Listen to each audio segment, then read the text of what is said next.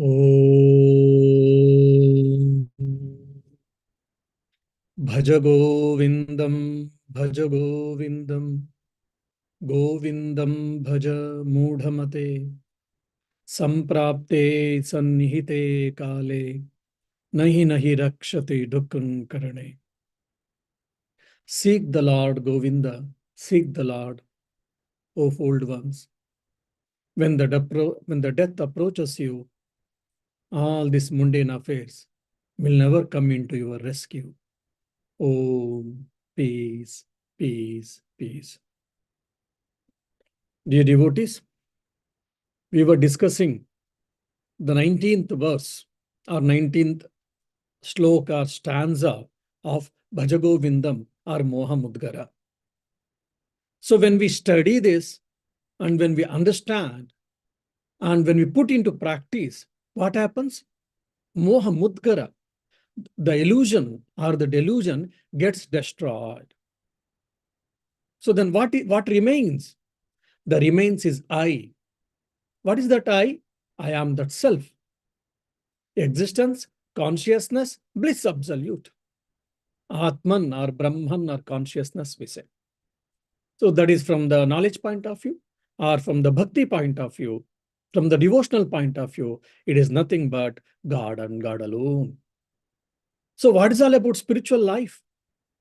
What is all about spiritual practices? If you ask me, just in one sentence, I can tell you, from the world dependence, we can switch over to, or switching over from world dependence to God dependence, switching over from the matter dependence to self-dependence or conscious dependence is what the spiritual life. Experiencing the consciousness at every walk of life, at every moment is what spiritual life is actually. So experiencing that immortal bliss is what the goal of human life according to the scriptures. So for that we are trying in different ways.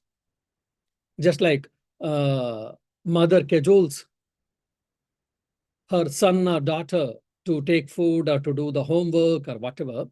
So similarly, the saints are teaching different methods, different techniques for us so that we can pick up any one technique or two techniques or three, and so that by practicing it, we can reach the goal, ultimate goal, that is divinizing oneself or experiencing the divine.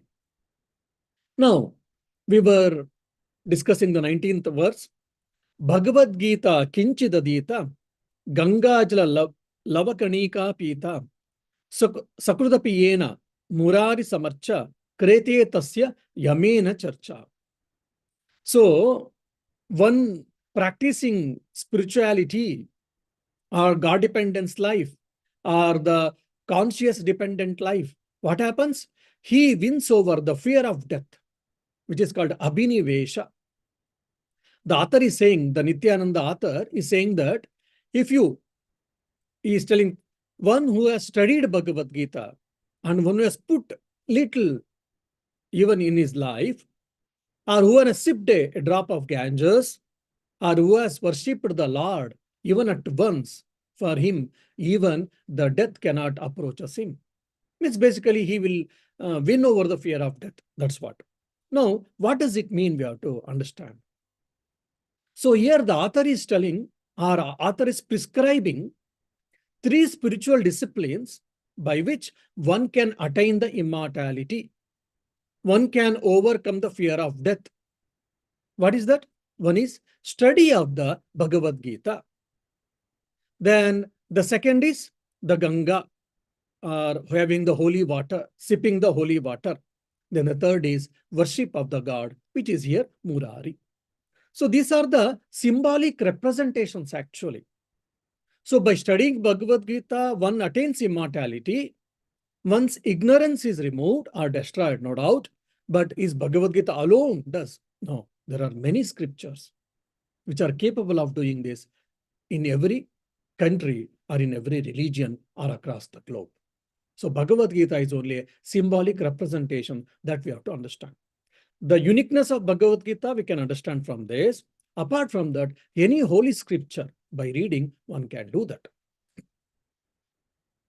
Now, just I think if you remember my previous class, we had discussed how by taking first shloka alone, how one can attain the immortality. We have discussed. Now, going bit detail, by studying Bhagavad Gita, what all things we can learn? The first and foremost is the art of living one can get, or the essence of life can be learned. What does it mean? The first and foremost, how to lead the balanced life. Of late, there is a lot of discussion about the balance, work and life balance, and what do you say, body health balance, mental balance, emotional balance, then what do you say, balancing the friendship, balancing the relationships, balancing one's own thoughts. So many different types of balances are spoken by different people in nowadays. So for all that, as a formula in Bhagavad Gita, we can say, what is that? Moderation. Yuktahara viharasya, yukta chestasya karmasu, yukta swapnava bodhasya, yogo bhavati dukkha. Yukta ahara. One should be moderate in food, not eating too much. Pizza, burger, or any other sweets or anything, or too much spicy, or too much sweet, too much fried items, especially here potato chips and potato fries. People eat a lot. So anyone eating too much or eating nothing and experiencing the malnutrition is also not good. So one should have a balance, moderation in the food. Yukta ahara viharasya. Either playing, recreation, or spending time in social media, watching TV, whatever it may be. There also there should be moderation. Yukta ahara viharasya, yukta chestasya karmasu. Even in our action, work, we should be moderate. During our youth, young days, we spend a lot of time in work. Why? Let me earn money.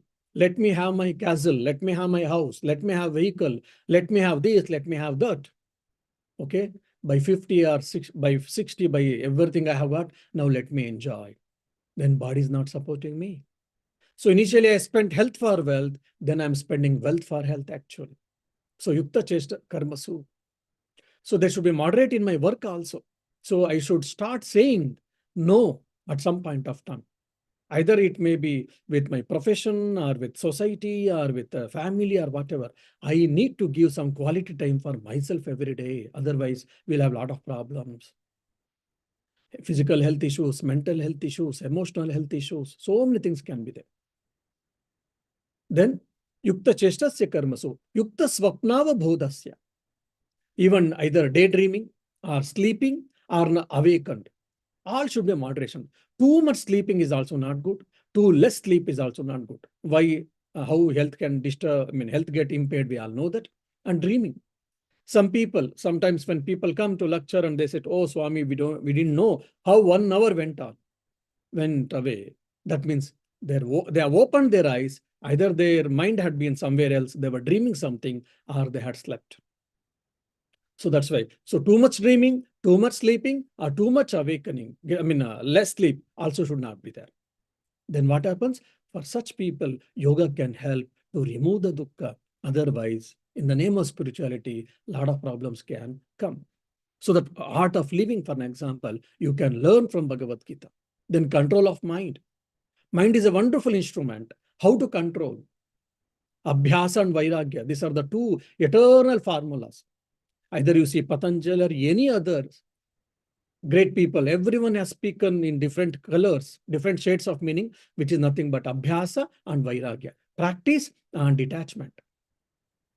And what do you say? Right thinking, right type of attitude, right type of feelings. All these things are discussed in the Bhagavad Gita.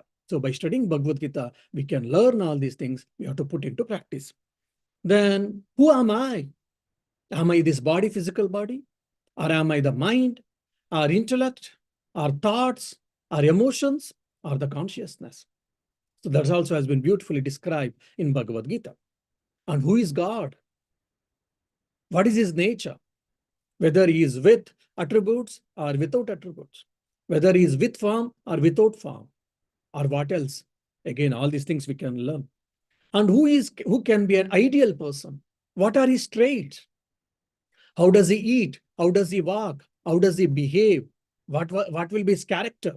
The nature of his character. Ideal person. Sorry, or complete person. So Sthita Prajna or Triguna. So even that is also discussed. Then nature of realization. Mukti. God realization, you can say, self-realization, you can say, liberation, you can say, nirvana, you can say, kaivalya, whatever it may be. What is that? And what is the nature of it also is discussed. And personality, different types of personalities has been discussed. Then of late, a lot of things are being discussed, like management lessons, how one can come out from the stress. How can we can get de-stressed by studying Bhagavad Gita? How can I mean, be a better CEO, better manager, better public relation officer by studying Bhagavad Gita? So many things have been culled out from the ideas. Now, the second is Ganga. By sipping a water of Ganga, one can attain liberation or one can overcome the fear of death. What does it mean? So just if you have the sip of water, is it helps? No, not all the time. So what does it mean here? Ganga represents what? Here Ganga, again, it's symbolical. How did we get this Ganga? As per the mythology story in India, there was a king called Bhagirath, who is from Raghuvamsha, the Rama's lineage only. His name is Bhagiratha. His grandfather or great-grandfather did some mistake. As a result, all of his sons were cursed. Then his son, they tried. They couldn't do. So 2 or 3 generations they tried and they couldn't bring the mother Ganges. Whereas Bhagiratha, he did severe penance, severe austerities, and he prayed to Lord Shiva and or Vishnu. So he got that Ganga from the heaven, basically. So he got the heaven, I mean, Ganga from the heaven. That's why she is known as for that. So basically, from the self-effort, there is nothing impossible one can learn from that. So that is why in India it is called Bhagiratha Prayatna. Means the self-effort, how Bhagiratha did. Similarly, if we do, anything is possible, everything is possible, nothing is impossible. That is the takeaway message from this Mother Ganga. And apart from that, Ganga takes her birth or gets manifested in the Himalayas. So while coming down from the Himalayas, she comes through the different mountains, small mountains. There are a lot of medicinal herbs are also medicinal, what do you say, quality has been added in the water. That's why by sipping the Mother Ganga in the earlier part of the Ganga, where before Haridwar, then definitely it has got medicinal value. Even now, if you see, if you keep this Ganga water in any part of the globe for how many days, but still there will be no stale smell at all. If you keep any other water after few days, there will be stale smell. But if you keep the Ganges water, there will be no stale smell. So a lot of experiments and research has been done. So it has got a medicinal value, some of them have said, and some of them said it is a mystery we cannot find out. So basically, and also it represents the spiritual knowledge. So Ganga, it comes from the Himalayas, from the top mountains. So that represents the spirituality. So just like Ganga water flows, the immortal bliss will be flown by the self-effort like Ganga. And the third one is, what is? One is study of Bhagavad Gita. The second is Ganga, sip of Ganga. And the third is worshipping of Murari. Means worshipping the Lord. So seeking the shelter at the feet of the Lord. By that, what happens? One can feel completeness.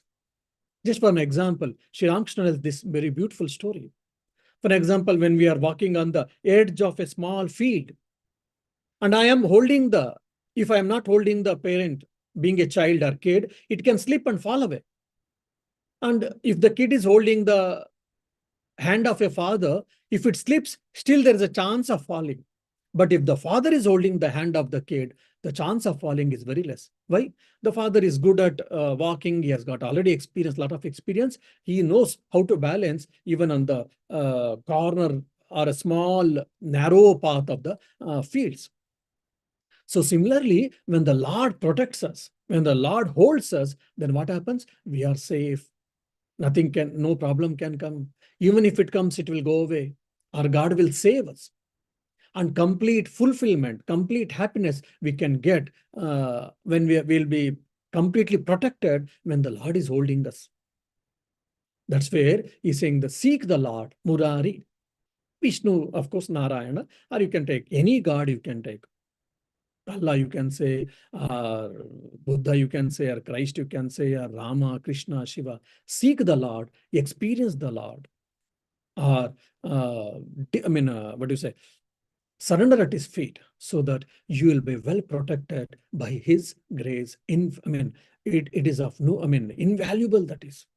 That's what they're saying. Even if you see in the Kuchela's case, he was such a simple, guileless person. He was a friend. And he went actually because Kuchela's wife, she insisted, she pressed, he went. But he went, and when he saw the Lord Krishna, he forgot everything. Both of them, they had a just good chat for a few days and he came back. But though Kuchela didn't ask for what he came, but whatever for reason he had left his home, before reaching his home, even unaskedly, he got everything. When God is fulfilled, when God feels pleased by our devotion, by our love, then everything in bounds we get it. In leaps and bounds we get it. That's what we can see. So when we take the shelter at the feet of the Lord, you will get with a sense of full contentment. I don't seek anything else, or I don't crave for anything else. That is the real testimony for our devotion, actually. When you have taken completely, when the devotion has taken a complete, fully ripened, then what happens? Then we'll feel sense of full, contentment. That's what we can see in the life of Chandramani Devi, who is the mother of the Sri Ramakrishna. When Chandramani Devi was in Dakshineshwar, along with his son Sri Ramakrishna, Mathurnath Vishwas, the temple owner, who was a rich landlord, they had thousands of acres and a lot of money in those days. One of the top, rich person of the Calcutta in those days. He tried to give some money extra, some money and land and all, but Sri Ramakrishna didn't accept. Holy Mother didn't accept. Now, somehow Mathur thought, okay, if I try with Sri Ramakrishna's mother, she may accept. So through this, I can serve the Sri Ramakrishna or his family. I can feel that blessedness, or I can get more punya. He thought once he approached silently Mathurnath Vishwas to Chandramani Devi. This old lady, she was sitting. And Mathurnath Vishwas, he went and she paid his respects for the senior lady and said, how are you, mother? He said, yes, by your support and by your graciousness, so much you have helped. Helped in the sense you have allowed me to stay here. So I'm happy. Thank God. Thank you for. Then Mathurnath Vishwas, they started chatting with her and they said, okay, mother, I would like to help you. I would like to serve you. Please ask me whatever you want, whatever is possible in my limits, I'm ready to give. Maybe money, jewelry, gold, land, any property or anything you want. In that sense, he asked Mathurnath Vishwas. She said, no, everything I have got, thank you. She didn't have anything. Actually, if you see a small plot of land they had, otherwise a small, maybe an half-acre land. Otherwise, the 3 or 4 people were three children had to take that. Otherwise, they didn't have anything else apart from thatched dirt. So when this rich landlord is asked, she thought, I don't think anything I need. Then he pressed again and again. She thought, and afterwards she said, okay, I have got a habit of eating a betel leaf with a betel nut. So for that, I need a tobacco powder. Just can you get a 1 pie of tobacco powder so that is my need is taken care? Thanks. So when he heard, Mathurnath Vishwas, tears rolled down. Said, oh, why Sri Ramakrishna, an incarnation, a prophet of this modern age, why he took birth only in your womb, not in any other woman's womb? Why? Woman womb? Why? Because you're such a guileless lady, such a spiritual personality, such a contented lady. That's why Avatar has taken birth in your womb. And he made pranam and he arranged for that 1 pie of tobacco powder, 1 rupee for tobacco powder, and he left. See, when we surrender at the feet of the Lord, this contentment we can achieve. Even whatever may come and go. It is not that problems will not come, challenges will not come. They may come, they will go, but mind will be unperturbed. Even so much so that even if death comes, laughingly, smilingly, I will accept it. I will not be put out. This is the greatest fear for all of us, isn't it? Even that is also can be, what do you say, achieved, or we can cross over according to the author. Now, in the Upanishads, there is a statement: by renunciation alone, detachment alone, one can attain the fearlessness.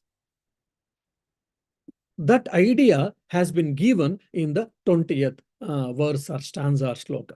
Like, for example, Vairagyameva Bhayam. Dispassion alone is the shelter from fear.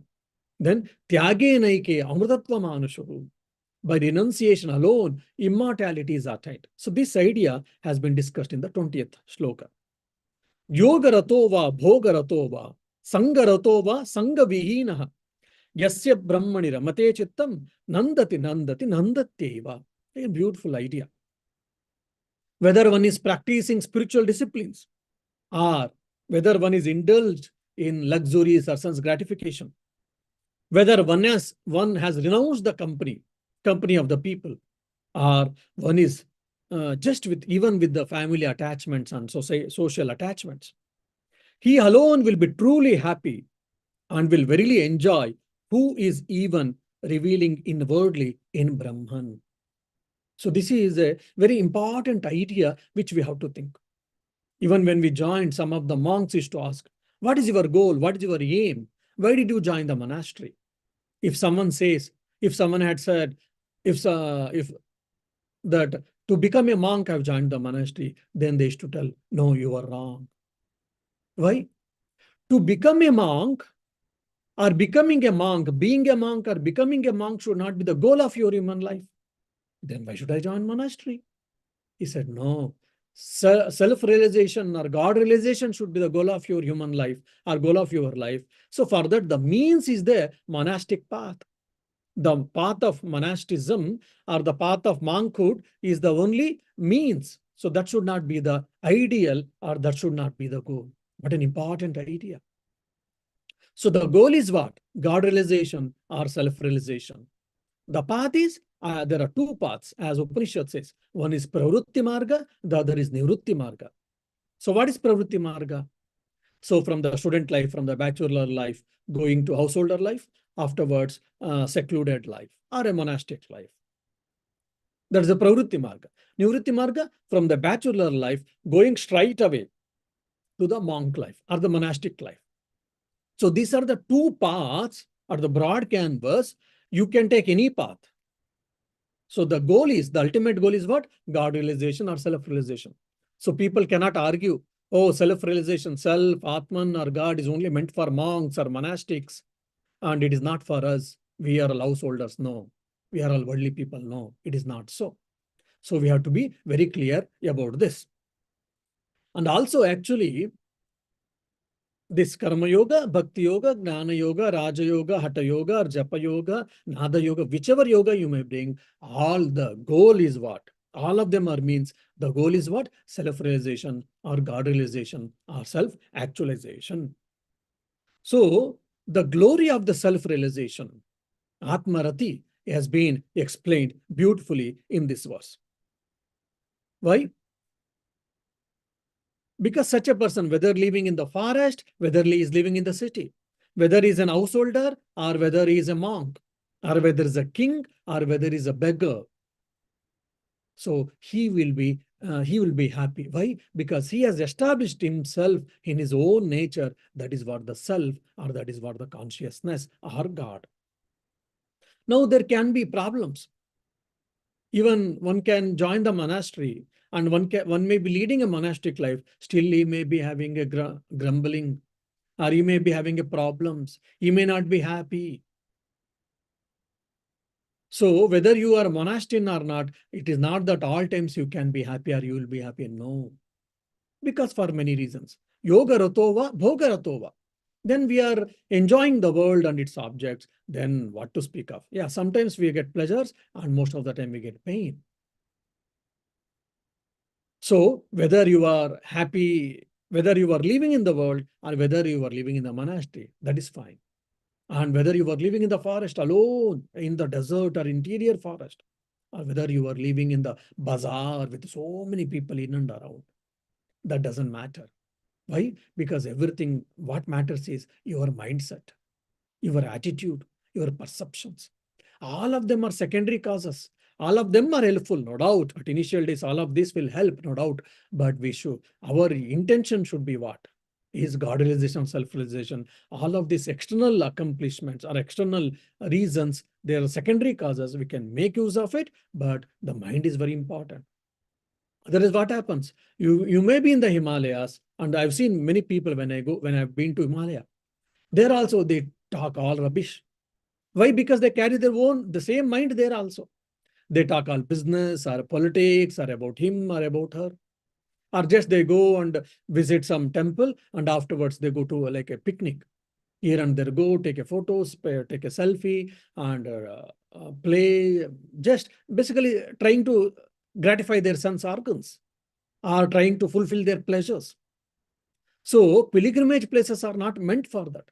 Pilgrimage places are meant for us to get away from this hustle and bustle of life and try to uh, spend our time more and more in solitude, or try to think more and more about God, about self, about higher ideas, ideals, and values. So it is rejuvenation. It is renewing our mind, renewing our energy. If you don't have that mindset, whether you go to Himalaya, whether you go to Kailasa, whether you go to Belur Math, or whether you go to Rome, whether you go to Mecca, Medina, you will get some punya, no doubt. You will get some merits, no doubt. But really, you will not have many change, much change. That is also understanding here. So, and why the realized person can be happy at all times? Because he has got satyatva buddhi, the notion of the reality. His intellect has understood and accepted what is real. God alone is real, or the self alone is real. All other is either you can say everything is illusion, or just it is a matter, or it is a momentary. So that Satyatva Buddhi has been very well established in the realized self, in the real devotee, or in the real Gnani, or in the real Karma Yogi. That's why they will be happy. That's why it's called Atmarati. One who plays with his self. Means one who plays means what there? One who enjoys his self. So if you ask me, by studying Advaita Vedanta, non-dualistic philosophy, what happens? You will travel from what to so what. What? Did she tell me? Did she tell about me like this? What? Did she behave like this? What? Did he do this? Is it? So what? So it is not the state, it is not the state of senselessness. Rather, it is the state of going beyond. Yes, when you are in the world, when you are in responsibilities as whatever is required, you may do it, but you don't get carried over. You don't get perturbed too much. You don't get hooked by a world or situations or from people or from actions and reactions alone. Whatever is required, you will be doing it, but your mind will be soaring high, at the level of consciousness or at the level of spirit or God. So this is called Padmapatra Mivambasa. Just like the lotus leaf, or the lotus is born in the muddy water, but that muddy water cannot taint it. If we fall, this cloth can get tainted. But whereas the lotus flower and lotus leaf is always in the muddy water, but it doesn't taint. Even if you put some trash or muddy water or anything on that, in no time it gets washed away, it gets slipped away. So this is what detachment. A person who has understood the truth, he will be living like a lotus which is in the muddy water, but it is untainted, or it is not tainted. So that is what very important. And also if you see the Ramdas, on a great devotee, for whatever, then it was ruled, the Mughals were ruling, Nizams were ruling in the Hyderabad in those times, Golconda Fort, you know. So in the Golconda Fort, this Ramdas was jailed, was put under bars. Now imagine if we have been put under bars, what we will be there? We'll be morose, we'll be crying, we'll be screaming, we'll try in every way possible way to get out or whatever. So in that even jail, only one day or two, every day only one time or two time food is to be given, no, not proper, no sunlight properly, no air, nothing. Even in that limited or in that very critical condition, very unhuman condition he had. He was put in that prison, but still he was praising the Lord. He was thinking about Lord. His chosen deity was Rama. He was praising the Lord. He was meditating. He was praising. He was singing hymns, and he started using a piece of stone, whatever he got. He started writing some hymns or poems on the wall even. See, he was in the prison, but still that didn't stop for his devotional practice. Now, for us, everything is conducive, but still we are not able to meditate. We are not able to concentrate our mind on the God, on the self. Why? Because our mind is not ready. So all our spiritual sadhana is what? Making this instrument called mind ready. Once that is ready, then everything is possible. Either God realization or self-realization, it is just a fraction of a second. In one moment it happens. But to happen that, the whole life or few lives we have to spend for the preparation. So we have to, for example, in any competition, just 100 meters running race, just, seconds or a minute, 1 or 2 minutes, prizes are first or second will be declared. But to have that, to win in the competition, win in the thing, one has to practice a lot, physically, mentally, all this, isn't it? So similarly, all this, our exercises were to make the mind pure, to make the mind happy, to clean, fit instrument, so that one can perceive the self, one can experience the self, one can experience the God. That is what the important thing. Now, surrendering to the Lord. Now, there are so many yoga, there are so many spiritual practices, there are so many types of austerities, and by doing so many types of spiritual exercises, one can do that. Now, if someone feels, oh, all these things are not possible for me, or if you see that my energy is limited, my sense organs power is limited, or my actions or my trial or my prayatna, which self-effort is limited, if you feel so, understanding the limitedness, one should take the shelter at the feet of the Lord. Then God's help will come so that our progress will be quicker and we can reach our target. So self-surrender is very important. When we can really self-surrender happens in our life, when our ego gets crushed. When we understand our limitations of our ego, limitations of our mind, limitations of the intellect, limitations of our self-effort. The moment we understand, then the total surrender comes, self-surrender, then our ego gets crushed, then automatically God's grace can flow in bounds, in leaps and bounds. So surrendering to the Lord and constantly remembering Him, invoking His blessings is the real, one of the best and real solution for our ego or worldliness or all our problems. So how it is explained in the 21st verse or stanza. Ratyacharpata virachita kantaha punya punya vivarjita pantaha yogi yoga niyojita chittho ramate balon mattavadeva. It is a bit difficult, this verse. The yogi who wears but a shawl, means here shawl means it has been torn. Actually there were torn pieces were there, they were all assembled, they were stitched together, and such type of shawl is wearing a yogi or a mendicant or a monk. One who walks in the path that is beyond merit and demerit, whose mind is joined in perfect yoga with his goal, he reveals and lives thereafter as a child or a madman. Son who has surrendered at the feet of the Lord, one who is experiencing the Lord's presence, one who has self-realized, one who has realized the self, how he will be. So, actually, according to the scriptures and according to this shloka, so the nature of that person will be three things. Generally, it is, of course. One is balavat, just like he will be living like as a child. Then the second is unmattavat, he will be living like a madman, it seems sometimes. And that pishachavata, as a ghost. What does it mean? We will understand. So the self-realized person loses his pseudo-individuality. I am, we are thinking, with my body, with my mind, with my actions, with my ego, so pseudo-ego, that goes away. That individuality, pseudo-ego goes away. The body conscious goes away. So he will be established in the God or self. And he behaves like a madman or a childlike or a ghost-like. What does it mean? So, what is the nature of the child?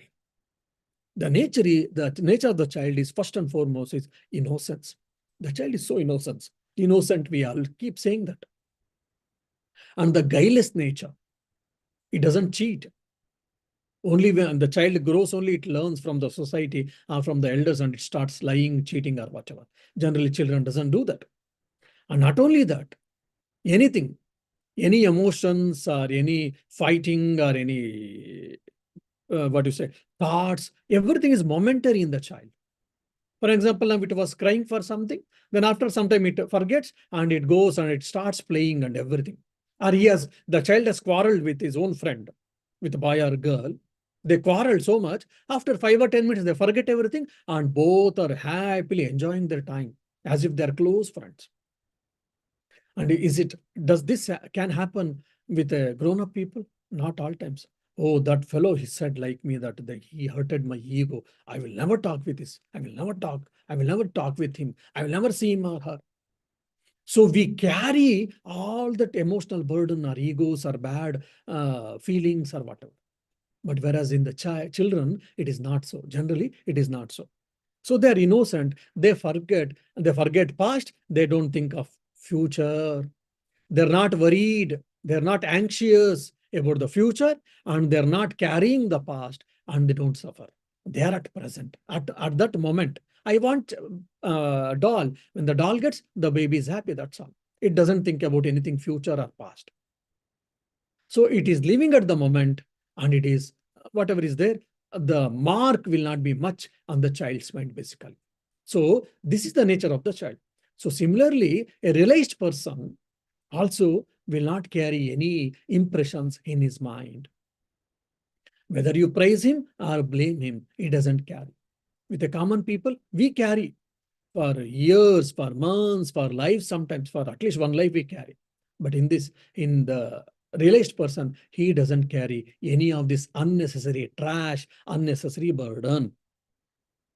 And he doesn't think about past, and he doesn't regret about the past. He doesn't think about the past. He doesn't get annoyed about that, and he doesn't get anxious or apprehension about the future. What will happen tomorrow? He doesn't think. He is living at the present, basically. So the means basically he's living like right here and now. Right here and now. That's what he's living. That's why it's called Balavat. He's like childlike. Then Unmattavat is like a madman.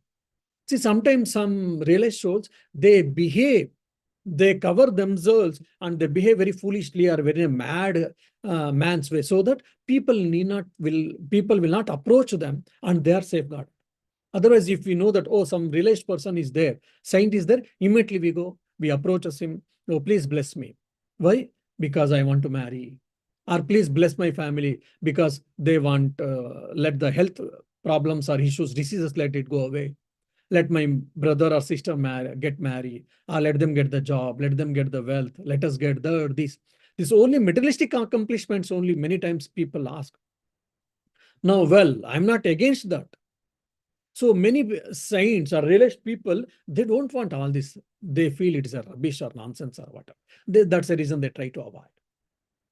And many times people speaking very foolishly and all, even they also want to avoid. So just they to protect themselves, or to just they will create one fort like, so that people will not come anyone and everyone.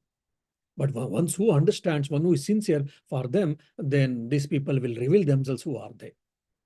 Even in Sri Ramakrishna, in life also we have seen such type of people.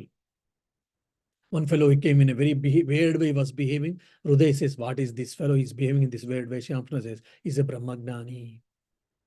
So like that, so sometimes they behave like a bad. It appears that, but it is not so. And even sometimes their mind is so high, they laugh, they cry, they tell something we don't understand actually. And also they will be completely immersed in the thoughts of the God, and they will be beyond time. And Pishachavat means they are beyond the time and space causation, or they don't think about anything, and basically they don't give much value to the world or whatever. They are merged themselves in the self or in the God or in that consciousness. From that angle, he's saying that they may be living in this empirical world, in this mundane world, but their mind is not get soaked from this. We are living in the world. Our mind is also very much in this world and its objects are in these thoughts and in the ongoings and all. Their body may be living in the world, that mind will be merged in the self or in the God. That is what. So such type of nature, such nature is what really soul people's nature. So that is, should be our ideal. May Sri Ramakrishna, Holy Mother Sharda Devi, Swami Vivekananda, or the Almighty bless all of us, so that let us experience the truth, experience the God's presence, experience the self as much as possible, as early as possible. And so that let us have the happy moments at all times. Let us have experience the blissful moments, bliss at all moments. Om Shanti Shanti Shanti. Hari Om Tat Sat. Shri Ramakrishna Arpanamastu.